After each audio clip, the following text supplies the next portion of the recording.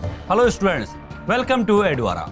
First of all, I would like to introduce myself, Shashank Pathak, faculty of history. अब हम बात करेंगे अमरावती कला की और इसकी विशेषताओं की। आइए बात करते हैं अमरावती कला की।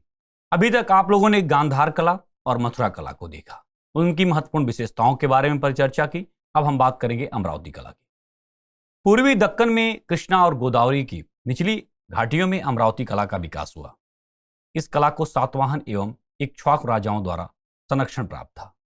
यह कला बौद्ध धर्म से प्रभावित थी और इसके प्रमुख केंद्र नागार्जुनकोंडा, अमरावती, गोली, घंटसाल, जग्गियापेट प्रमुख रूप से माने जाते हैं। यह कला 150 ईसा पूर्व से तकरीबन 350 ईस्वी तक अपनी समृद्धि और उत्कर्ष पर थी। इस कला के शिल्पगत नमूने भी वेदिका, चबूतरे और स्तूप के अन्य हिस्सों के रूप में उपलब्ध हैं। विषय वस्तु की दृष्टि से मथुरा और अमरावती कला में कहीं कहीं आश्चर्यजनक समानता भी देखने को मिलती है। आइए इस कला की मुख्य विशेषताओं के बारे में बात करते हैं। नंबर 1, बुद्ध के जीवन और जातक कथाओं को जगह जगह उभारधार शैली में उत्कीर्ण किया गया है। बहुत महत्वपूर्ण विशेषता है। जातक कथाओं का बड़ी संख्या में चित्रांकन अंकन आपको अमरावती कला के अंतर्गत ही देखा जा सकता है। मूर्तियां उजले संगमरमर से बनाई गई हैं। इस कला में शारीरिक सौंदर्य और सांसारिक अभिव्यक्ति की बहुलता है। प्राकृतिक दृश्यों का भी अंकन मिलता है, परंतु केंद्र में मनुष्य ही है। राजाओं, राजकुमारों और राजप्रसादों को भी चित्रित किया गया है। आइए शैलोत्कीर्ण गुफाओं के बारे में हम बात करते हैं। अजंता की गुफाएं, यह महाराष्ट्र के औरंगाबाद जिले में स्थित है। अजंता में 29 गुफाएं हैं, जिनमें 4 चैत्य और साथ साथ शेष विहार गुफाओं के रूप में अंकित की गई हैं। जो चैत्य हैं वो चैत्य गृह और बाकी विहार के रूप में उत्कीर्ण है। यह 4 चैत्य गुफाएं प्रथम चरण की हैं, यानी द्वितीय और प्रथम शताब्दी ईसा पूर्व की, और कुछ बाद के चरणों की हैं, जो अर्थात देख सकते हैं 4वीं और 5वीं सदी में। यहाँ बड़े चैत्य विहार हैं जिनमें मूर्तियों और चित्रों से सजाया गया है। अजंता की चित्रकला प्रथम सदी ईसा पूर्व से 5वीं सदी ईस्वी के मध्य चित्रकला की एकमात्र जीवित उदाहरण पेश करता है। ये गुफाएं एक लंबवत खड़ी चट्टान पर खुदी हुई हैं। यह लंबवत दिशा में है और यहां कोई प्रांगण नहीं है। ये गुफाएं कला के सभी 3 रूपों वास्तुकला, मूर्तिकला और चित्रकला से संबंधित है। अजंता की चित्रकला अपनी शैली, रंग योजना और विषय वस्तु के लिए विश्व विख्यात है। आप यहां पर देख सकते हैं अजंता गुफा, औरंगाबाद जिला, महाराष्ट्र। गुफा के अंदर फ्रेस्को भी चित्र है। हालांकि चित्र पर हम जो विशेष रूप से व्याख्या करेंगे वह चित्रकला के अंतर्गत करेंगे। यहां पर अभी जो हमारी क्लास, जो कक्षा कार्यक्रम है, वह वास्तुकला पर ही केंद्रित है। यहां पर आपको देखेंगे पद्मपाणि अवलोकितेश्वर के साथ साथ अजंता के भित्ति चित्र एवं आकाशचारी अप्सराओं का चित्र अंकन देखने को मिल रहा है, जिसकी विस्तृत व्याख्या हम चित्रकला के अंतर्गत करेंगे। आइए एलोरा की गुफाओं के बारे में बात करते हैं। एलोरा की गुफाएं, यह एक अन्य महत्वपूर्ण गुफा स्थल औरंगाबाद जिले में स्थित एलोरा में है। यह अजंता से 100 किलोमीटर की दूरी पर स्थित है और यहां 32 गुफाएं हैं जो बौद्ध, जैन और ब्राह्मण धर्म से संबंधित है।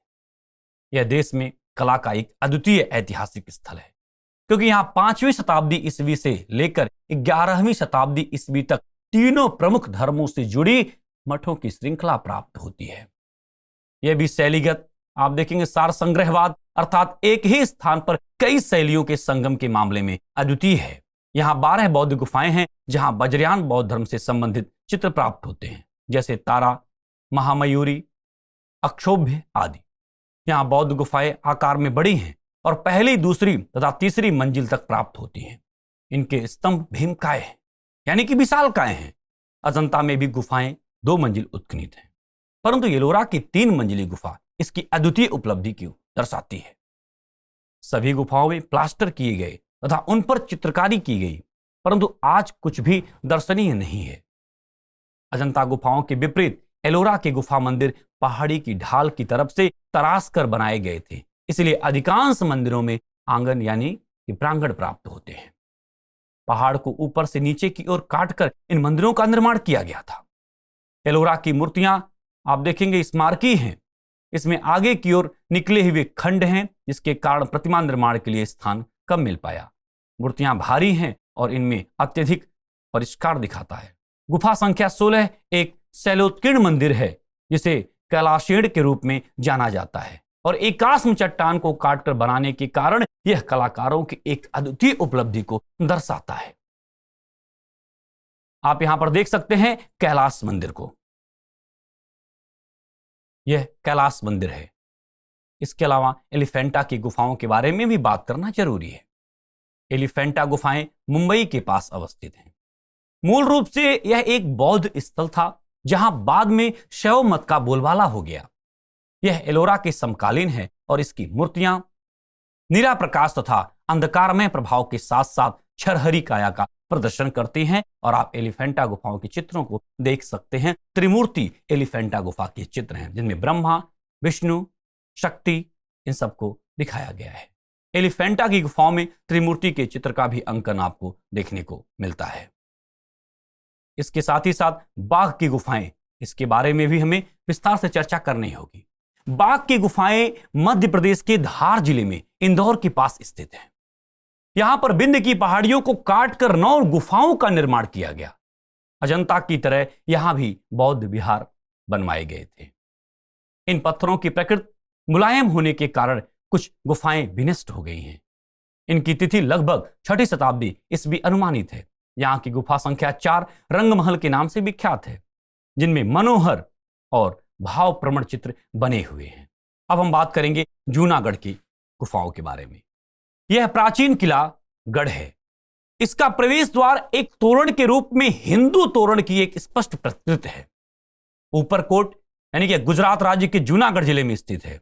में कई आकर्षक बौद्ध गुफाएं हैं और निसंदेह प्राचीन काल में यह स्थल एक बौद्ध मठ के रूप में जाना गया था। नासिक की गुफाओं के बारे में भी चर्चा कर लेना जरूरी है, बट आप यहां पर जूनागढ़ की गुफाओं के इमेज को देख पा रहे हैं। ये जूनागढ़ की गुफाएं हैं। आइए हम लोग नासिक की गुफाओं के बारे में बात करें। यह नासिक के दक्षिण पश्चिम में त्रयंबकम पहाड़ियों पर अवस्थित है। यहां 23 बौद्ध गुफाएं हैं जो हीनयान युग से संबंधित हैं या हीनयान शाखा से संबंधित है, जिसकी तिथि 3य शताब्दी ईस्वी पूर्व से 2य शताब्दी ईस्वी तक है। यह गुफा समूह पांडुलेंड के नाम से प्रसिद्ध है। पांडुलेंड में एक संगीतशाला भी प्राप्त हुई है। आप यहां पर देख सकते हैं नासिक की गुफाओं को। अब हम बात करेंगे मोंटीपेरियर गुफाओं की, जिसे मंडपेश्वर गुफाओं के रूप में भी जाना जाता है। यह 8वीं शताब्दी ईस्वी की शैलकृत गुफा है जो शिव को समर्पित है। यह बोरीवली मुंबई में अवस्थित है। संभवतः यह अकेली ऐसी ब्राह्मण गुफा है जो परवर्ती काल में ईसाई तीर्थ स्थल के रूप में परिवर्तित हो गई। आप यहां पर इस इमेज के माध्यम से देख सकते हैं मंडपेश्वर गुफाएं, बोरीवली, मुंबई।